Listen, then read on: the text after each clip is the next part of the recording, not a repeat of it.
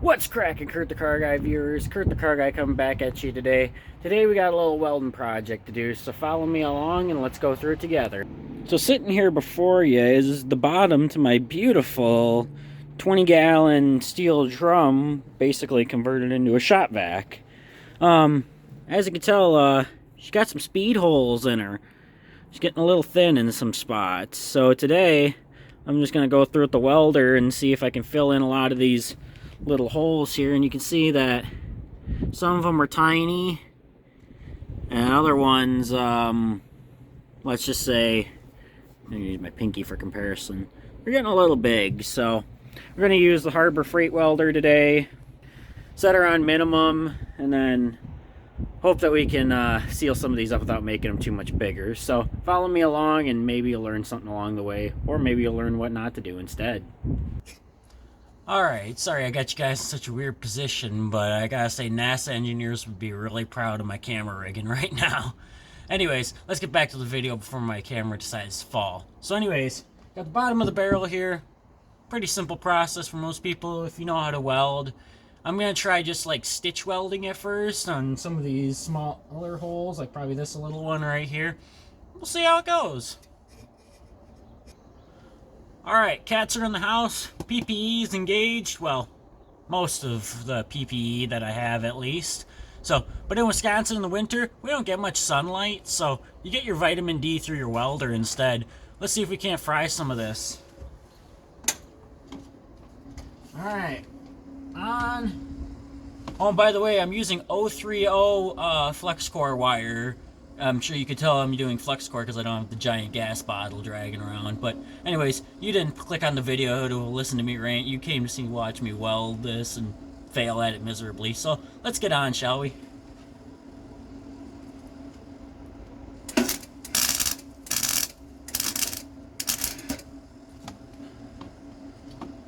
Damn it. Jack my wire speed up a little more.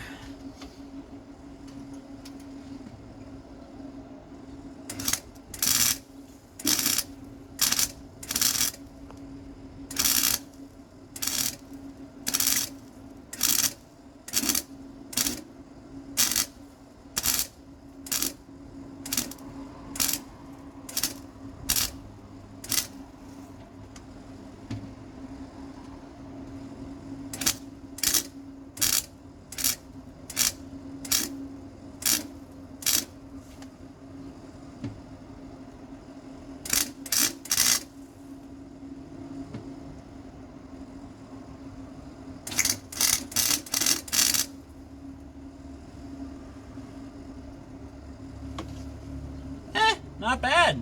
Alright, I'm going to try some more of these holes real quick off camera and just see how it goes a little bit. Alright, now I got a couple of these guys filled in. I'll kind of show you my method a little bit. So basically all I'm doing is when I'm coming in with the tip of the gun, I'm basically trying to just fill in... Oh god, I can't see. If someone wants to buy me an auto darkening helmet, that would be awesome. But basically I'm trying to fill in around the edges of the hole, because when you start doing a hole, it'll want to widen out on you, so you got to fill in on top of your weld, because if you just keep trying to weld edge, you're going to keep burning right through. So one thing I found best is to try to build off of your weld and just do little short zaps at a time. You don't get a ton of penetration, but still, at least you can build up a little bit of material and try to close that hole up. And if you got to do a couple on the side, it's on the bottom anyways, no one's going to ever see it. It's probably only going to be you anyways. So let's go ahead and keep burning here. Alright, let's get back to it a little bit. I'll let you guys watch me struggle on this hole right here. Because this little cluster of 3 right here has been the hardest so far. Let's see if we can't fill in this last hole here. Nope, not like that.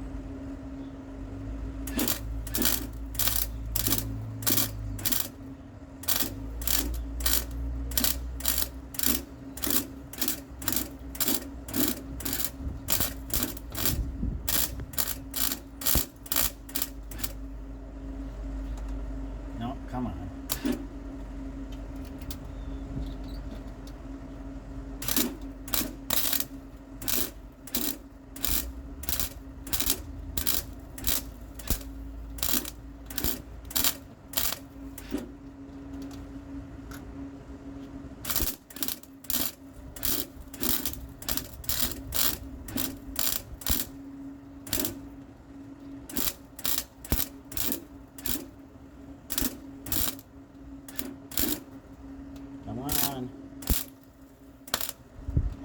this fogging up.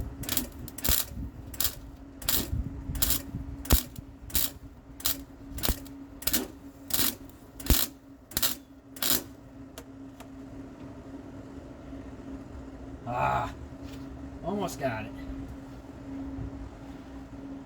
Come on, baby.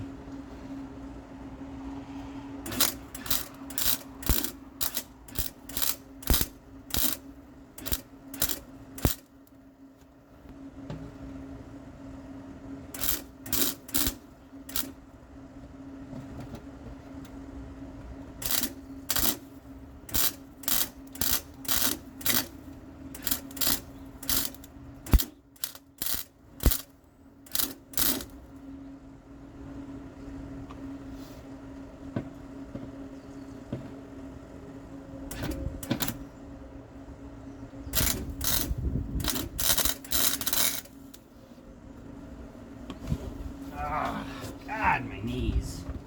Sorry, I need to block your way here for a minute.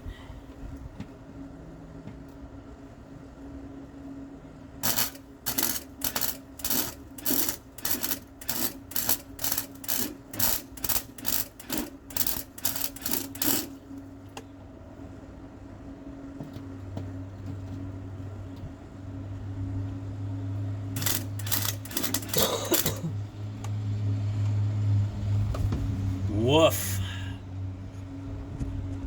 Had to come back in to grab my little toothbrush real quick. But as you can see, that's basically the process. You just try to basically fill in around the edge, and if one side's getting too hot, work your way to the other side. Go back and forth. Just try to fill in as much as you can. Filling in rust holes can be a real pain, let me tell you. Well, you gotta, don't matter if they look like sticky hemorrhoids or not, trust me. If you can get the hole filled, that's all that matters. Grinder and paint makes me the welder I ain't, remember that. We even got a little audience that's watching us. Luna, you can't go outside, Daddy's welding. Alright, now let's just see what these look like, kinda. I mean, we know they're gonna look like poo either way, but... just make sure we don't got any big holes that are sticking out still. And the ones that we filled. Like that one. Can use a little more around it, looks like. Let's see. This one here, oh, that's a beaut. That's a Harbor Freight welder and really thin metal and piss poor welding skills right there. But hey, the hole's filled, ain't it? And clearly I ain't that smart to begin with, because I just went inside to get this when I had this sitting down here. Clearly ain't a professional, that's for sure. But still just dumb enough to be dangerous.